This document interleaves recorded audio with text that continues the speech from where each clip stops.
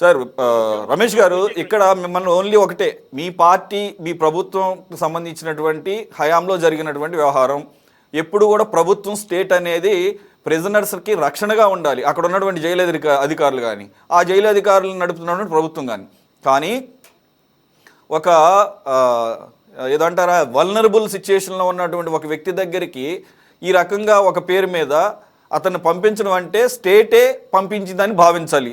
That implies that YCP government అని. What you say sir? Suresh garu, మీకు panel ఉన్న సభ్యులకు అలాగే సిటీ 24/7 ప్రేక్షకులందరికీ వెరీ గుడ్ ఈవినింగ్ అండి. మొట్టమొదటిగా మీరు అందరూ తెలుసుకోవాల్సింది ఏంటంటే, అసలు దస్తగిరి అనే వ్యక్తి ఒక ముద్దాయి. ఆ ముద్దాయిని సర్లే, ఆ తర్వాత అతన్ని ఎలాగ అప్రూవర్గా మార్చారు, ఏం జరిగింది ఏంటి అన్ని పక్కన పెట్టండి. ఆ ముద్దాయి ఒక ఆరోపణ చేశాడు లేదా కంప్లైంట్ ఇచ్చాడు. ఇచ్చిన తర్వాత మా ప్రభుత్వ హయాంలోనే అతను అక్టోబర్ 2023 నుంచి ఫిబ్రవరి 2024 వరకు కడప జైల్లో ఉండటం జరిగింది. 2023 నవంబర్లో ఇప్పుడు మీరు చెబుతున్న ఇష్యూ జరిగినట్లుగా అతను బయటకు వచ్చిన తర్వాత కంప్లైంట్ ఇవ్వడం జరిగింది. కంప్లైంట్ ఇస్తే ఆ కంప్లైంట్ ఎంక్వైరీ చేయలేదని చెప్పి, అంటే ఇప్పుడున్న మన మస్తాన్ రావు గారు కానీ బాజీ గారు కానీ తెలుగుదేశం అధికార ప్రతినిధి గారు కానీ ఇప్పుడు మాట్లాడినంత వరకు వీళ్ళిద్దరూ కూడా ఆ విషయం మీద ఎక్కడా కూడా మాట్లాడిన సందర్భం లేదు. అతను దస్తగిరి హైకోర్టుకు వెళ్ళాడు. హైకోర్టుకు వెళ్తే స్టేట్ జైల్స్ సూపరింటెండెంట్ డీసీ గారిని దాని మీద ఎంక్వైరీ చేసి హైకోర్టు రిపోర్ట్ ఇవ్వమని చెబితే ఇమీడియట్గా ఆ విషయం మీద ఎంక్వైరీ చేసి సీసీ ఫుటేజ్లు కానీ అవన్నీ కూడా చెక్ చేసి మళ్ళీ హైకోర్టుకి వాళ్ళు ఆ రోజున రిపోర్ట్ సబ్మిట్ చేయడం జరిగింది. ఆ రిపోర్ట్ సబ్మిట్ చేసిన దాంట్లో చైతన్య రెడ్డి అసలు దస్తగిరిని కలిసిన ఫుటేజ్ అనేది అక్కడ ఎక్కడా కూడా అతను కలిసినట్లుగా ఫుటేజ్ లేదు. అతను మామూలుగా వైద్య దీనికోసం వెళ్ళారు. ఆ బ్యారక్స్ వరకు అతను ఉన్న కొంతవరకు అతను ఇది చేశాడు తప్ప దస్తగిరిని కలిసిన ఎక్కడా కూడా దస్తగిరిని కలవలేదు అని చెప్పి ఆ రోజున హైకోర్టు రిపోర్ట్. కానీ చైతన్య రెడ్డి అన్న ఆయన శివశంకర్ రెడ్డి ఒక ముద్దాయి కుమారుడు కాబట్టి అది కూడా చేయకూడదు కదా, అది కూడా అలౌ చేయకూడదు కదా జైలు అధికారులు ఎందుకు చేసినట్టు? మరి ఇప్పుడు మీరు అలౌ చేయకూడదు అని అంటారు. జైలు రూల్స్ ప్రకారం అలౌ చేసే అక్కడ ఆప్షన్ లేకపోతే ఏ అధికారి కూడా అతని ఉద్యోగానికి అతని మీద అతని ప్రాణం మీదకి తెచ్చుకోడు. ఎందుకంటే ఇప్పుడు 2023లో జరిగిన ఇన్సిడెంట్ ఈ రోజు 2025లో పైన రక్షించే గవర్నమెంట్ ఉందని భావించారేమో. అరే ఇప్పుడు హైకోర్టుకి రిపోర్ట్ ఇచ్చారండి, ఇవన్నీ బయటపడతాయి కదా, ఇవాళ అయిపోదు కదా. నువ్వు ఆ రోజు నీ రిపోర్ట్ ఎలాగిచ్చావనే ఆ అధికారి ఈ రోజున మీరు కుట్రపూరితంగా మా మీద దీన్ని కావాలని ఇది చేస్తున్నారు, ఈ గవర్నమెంట్ కావాలని ఫాల్స్ రిపోర్ట్ ఇవ్వదు అనే దానికి ఏమన్నా మీ దగ్గర బలమైన ఆధారం ఉందా?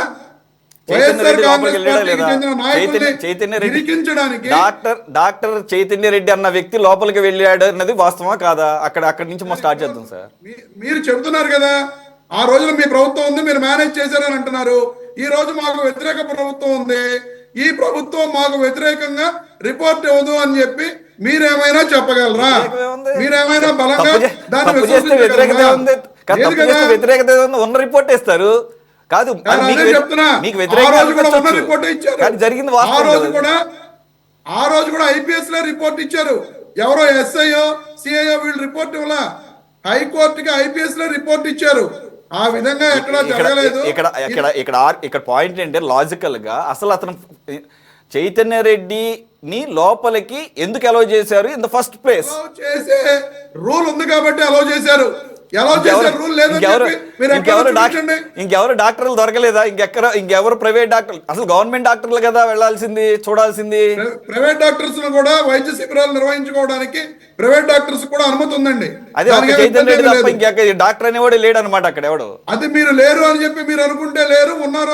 అదే సార్, ఇప్పుడు నేనేమన్నానంటే ఇప్పుడు కూడా సర్కమ్స్టాన్షియల్ గా మాట్లాడుకుందాం.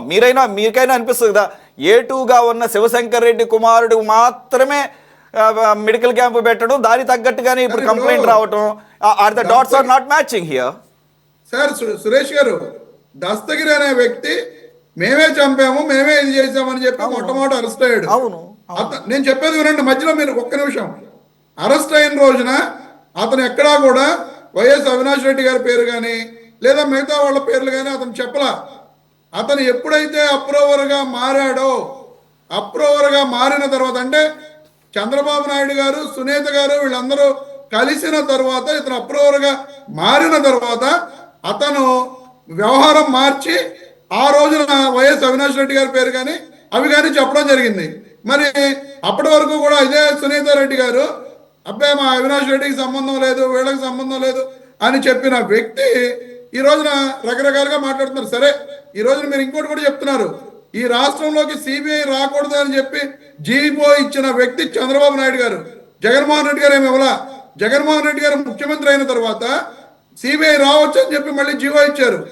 అదే ఇబ్బంది అవినాష్ రెడ్డి విషయంలో ఉంటది అని అనుకుంటే ఆ రోజు కూడా మళ్ళీ జగన్మోహన్ రెడ్డి గారు స్టేట్ నుంచి జీవో ఇవ్వచ్చు, సిబిఐ వచ్చి ఎంక్వైరీ చేయడానికి కుదరదు, మేము జీవో పాస్ చేస్తున్నాం అని చెప్పి జీవో ఇవ్వచ్చు. అలా ఎక్కడా కూడా జగన్మోహన్ రెడ్డి గారు సిబిఐ ఎంక్వైరీని అడ్డుకున్న దాఖలాలు లేవు. ఇవి కూడా మీరు చెప్పాలి. మీకు సిబిఐ అంటే ఇష్టం కదా సార్, మీకు సిబిఐ అంటే ఇష్టం కదా, ప్రీతిపాత్రం కదా మీకు. సరే, మీరు ఏదనుకుంటే అది. దానికంటే చంద్రబాబు నాయుడు గారికి మరి ఇష్టం లేక ఆ రోజున జీవో ఇచ్చారు, ఎంక్వైరీ వస్తాం కుదరదని చెప్పి. అంత పైవాడి లేలా, అంత పైవాడి లేలా. చంద్రబాబు నాయుడు గారి విషయంలో అయితే అదే సార్. ఇప్పుడు నేను లైటర్ నోట్లోనే ఎందుకు చెప్తున్నానంటే, ఈ దేశంలో ఏ రాష్ట్రంలో ఏ రాజకీయ పార్టీ ప్రభుత్వంలో ఉందో దాన్ని బేస్ చేసుకొని పైన సెంటర్కి ఆ స్టేట్కి ఉన్నటువంటి పొలిటికల్ అఫిలియేషన్స్ వీటిని బేస్ చేసుకుని దర్యాప్తు సంస్థలు ఆ రకంగా దర్యాప్తు చేస్తున్నాయి అనేది అర్థమవుతోంది. ఇట్స్ వెరీ అన్ఫార్చునేట్, బాధపడాల్సిన విషయం, కానీ that is the bitter truth, that is the irony of the situation. అరే సురేష్ గారు, మీరెలా మాట్లాడుతున్నారు? వేదికల మీద లోకేష్ గారు మానమో అని పొగుడుతున్నారు. చంద్రబాబు నాయుడు గారు మోడీ జై జై, మోడీ జై అనండి అని చెప్పి అక్కడ ఉన్న ఎవరైతే వచ్చారో ఇది ఎట్లుందంటే, అదే సార్ ఇప్పుడు అప్పుడు బంధం తెగిపోయింది, మళ్ళీ పెళ్లి చేసుకున్నారు. ఏమైంది, విడాకులు తీసుకున్నాడు మళ్ళీ పెళ్లి చేసుకోవడం రూల్ ఉందా? చేసుకున్నారు. అందుకని అవును సార్, అప్పుడు పార్ట్నర్ సరిగా అర్థం చేసుకోవాలి. ఇప్పుడు పార్ట్నర్ ని మళ్ళీ రీమ్యారేజ్ చేసుకున్న తర్వాత ప్రేమ పెరిగింది. కాబట్టి నేనేమంటానంటే మీరు ఇంతకు ముందు మాట్లాడిన మాట వేరు, ఇప్పుడు ప్రేమ పెరిగింది అంటున్నారు. ఏదో సిబిఐ పైవాడు మీవాడే కదా అన్నట్టుగా మీరు ఇంతకు ముందు మాట్లాడారు. మీరిద్దరూ ఒకటే కదా లేదు ప్రేమ పెళ్లి అంటున్నారు. అదే సార్, ఏం చేస్తాం, ఇప్పుడున్న జమానాలో లాగా ఒకరినే ప్రేమించాలి, ఒకరినే పెళ్లి చేసుకోవాలని రూల్ లేకుండా పోయింది. ఎంతమంది అయినా ప్రేమించుకోవచ్చు. కాబట్టి ప్రేమికులు చాలా మంది ఉన్నారు. మీరేమో అనఫిషియల్ ఇక వద్దులేండి. దీంట్లో ఇక్కడ తాళి కట్టని పార్ట్నర్స్ లాగా తయారైంది పరిస్థితి. సార్ రాఘవేంద్ర గారు, సరే ఒక్క నిమిషం. అలాగే సార్, కంప్లీట్ అవ్వాలా. ఇప్పుడు ఆ రోజునే కోర్టుకి రిపోర్ట్ ఇవ్వడం జరిగింది. కోర్టు ఆ కేసును కొట్టివేయడం జరిగింది. ఏదైనా తప్పుడు కేసు పెట్టాడు, తప్పుడు పిటిషన్ వేసాడని చెప్పి కూడా కోర్టు ఆ రోజు దస్తగిరి పిటిషన్ ని కొట్టివేయడం జరిగింది. హైకోర్టు అండి, మళ్ళీ మామూలు కోర్టు కాదు.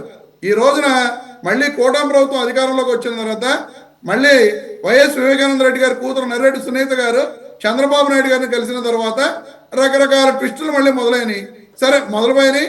2023లో ఇది ఇష్యూ జరిగితే కూటమి ప్రభుత్వం అధికారంలోకి వచ్చి ఇప్పటికి 15 నెలలు అవుతుంది. ఈ కేసు నమోదు చేసి ఫిబ్రవరి 3, 2025 కేసు నమోదు చేశారు. పాపం ఫిబ్రవరి నుంచి ఇప్పటి వరకు కూడా వీళ్ళకి మరి ఎంక్వైరీ చేయడానికి ఖాళీ లేదో, అవకాశం లేదో, ఏం జరిగిందో మరి మనకు తెలియదు. ఈ రోజు రాష్ట్రంలో మెడికల్ కాలేజీల ఇష్యూ లేదా రకరకాల ఇష్యూస్ జరుగుతున్నాయి. ఇవన్నీ కూడా కూటమి ప్రభుత్వానికి వ్యతిరేకంగా ప్రజలు ర్యాలీ అవుతున్నారు. దానిలో భాగంగా మళ్ళీ టాపిక్ డైవర్ట్ చేయాలి. డైవర్షన్ పాలిటిక్స్ లో భాగంగా ఈ దస్తగిరి కేసును మళ్ళీ ఎంక్వైరీకి ఈ రోజున నోటీసులు ఇచ్చి బీటెక్ రవి గారిని కానీ వీళ్ళని కానీ పిలవడం జరిగింది అనేది నేను మీకు తెలియజేసుకున్నాను. ఓకే, ఈ ఒక్కదానికి బట్టి మొత్తం ఎందుకు డైవర్ట్ అయిపోతారు, కానీ ఇది ఆల్రెడీ జనాలంతా డైవర్షన్ పాలిటిక్స్ చేయడంలో టీడీపీ ముందు ఉంటది కదా. రెండోది ఏంటంటే ఇదే ఫిబ్రవరిలో కంప్లైంట్ రిజిస్టర్ చేస్తే లేదు, ఇది మూడోసారి సార్. ఈ రోజు జరిగిన ఎంక్వైరీ మూడోసారి ఎంక్వైరీ తెలుసండి. సో అది అంటే ప్రాసెస్ నడుస్తూ ఉంటది కదా, ఏం చేస్తాం ఏంటి నెలలు తరబడా అంతే. అదే కదా చెప్పే. ఇప్పుడు మళ్ళా నేను అన్ని తీయాల్సి వస్తుంది. ఇప్పుడు సిబిఐ ఇప్పుడు జగన్మోహన్ రెడ్డి గారు ఏమో 12 సంవత్సరాల నుంచి 5 ఏళ్ళు లేదు, ఇది మటర్ జరిగి 7 సంవత్సరాలు అయింది, ఇది ఏళ్ళు లేదు. దాని తర్వాత మళ్ళీ నా అతను బెదిరించాడని చెప్పేసి, కాబట్టి ఇది ఇంకా కొత్త కేసు గారే పరిగణించాలి అన్నింటిని కంపేర్ చేస్తే.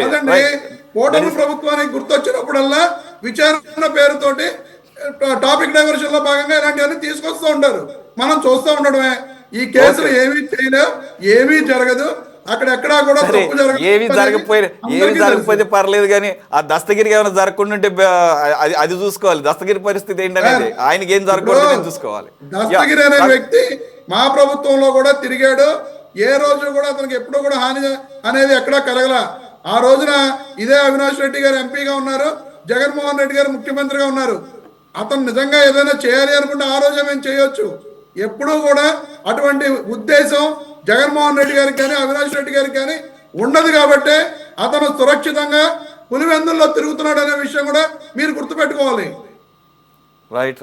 అది ఒక వ్యక్తి జీవితం గురించి మనం అట్లా అనుకోవడం కరెక్ట్ కాదు. కానీ కాదు సార్, మేము తప్పు చేయాలి, అతన్ని ఇబ్బంది పెట్టాలి అతని గురించి అంటే, ఇంతకుముందు మస్తానరావు గారు మాట్లాడారు ఎవరెవరో చనిపోయారు అని చెప్పి. ఆ చనిపోయిన వాళ్ళు సాక్షి రంగన్న భార్య స్వయంగా చెప్పింది అతను అనారోగ్యంతో చనిపోయాడు అని చెప్పి. వైఎస్ అభిషేక్ రెడ్డికి 3 సంవత్సరాల నుంచి 4 సంవత్సరాల పైన అతనికి ఆరోగ్యం బాగాల. అతను కూడా అనారోగ్యంతో చనిపోయాడు తప్ప సార్ వాళ్ళు అనారోగ్యాలతో చనిపోయారు. కానీ మస్తాన్ రావు గారు పాపం పిఏ కృష్ణారెడ్డి గారి విషయం గుర్తు రాలేదు మస్తాన్ రావు గారికి. అదే పిఏ కృష్ణారెడ్డి గారు సునీత భర్త గారు వివేకానంద రెడ్డి గారు రాసిన లెటర్ దాచించమని ఎందుకు చెప్పారనే విషయాన్ని ఈయన చెప్పరు మస్తాన్ రావు గారు. పిఏ కృష్ణారెడ్డి గారిని రామ్ సింగ్ ఎరగొట్టి చేతులు కాళ్ళు ఎరగొట్టేసి నువ్వు ఇదంతా చేసింది అవినాష్ రెడ్డి అని చెప్పమని చెప్పాడని చెప్పి కృష్ణారెడ్డి గారి విషయాన్ని చెప్పరు ఈయన మస్తాన్ రావు గారు. ఎంతసేపు కూడా జగన్మోహన్ రెడ్డి గారు అవినాష్ రెడ్డి గారు ఒక విశ్లేషకుడిగా ఆయన కొన్ని విషయాలే మాట్లాడతారు తప్ప మిగతా విషయాలు మాట్లాడతారు. సరే ఇవన్నీ అక్కడ జరిగింది చెప్పారంతే. ఇక్కడ ఏం కన్వీనియంట్ గా కావాలని ఏమి కొన్ని స్కిప్ చేయాలని ఉండదు. రెండవ పాయింట్ ఏంటంటే ఇదంతా కాదు, అసలు కామన్ సెన్స్ ఏంటంటే పులివెందులు అనేది వైఎస్ ఫ్యామిలీకి కంచుకోట లాంటిది. సొంత ఇంటిలో ఆ రకంగా దారుణంగా చంపేటటువంటి ధైర్యం ఎవరు చేస్తారు? అది దస్తగిరిని చంపేయాలి అనుకుంటే మరి అప్పుడైనా చంపేస్తారు కదా, ఎందుకు చంపలేదు? ఇక్కడ నేను అంటుంది వివేకానంద రెడ్డి గారి గురించి. వివేకానంద రెడ్డి సార్, రాఘవేంద్ర గారు ప్లీజ్. వివేకానంద రెడ్డి గారిని ఇప్పుడు మేమే అంత ఇది చేసి అలా చంపి ఉంటే పెద్ద విషయం కాదు కదా. పెద్ద దర్యాప్తు సంస్థలే ఏమి తేల్చలేదు, ఏం చేద్దాం చూద్దాం. రాఘవేంద్ర గారు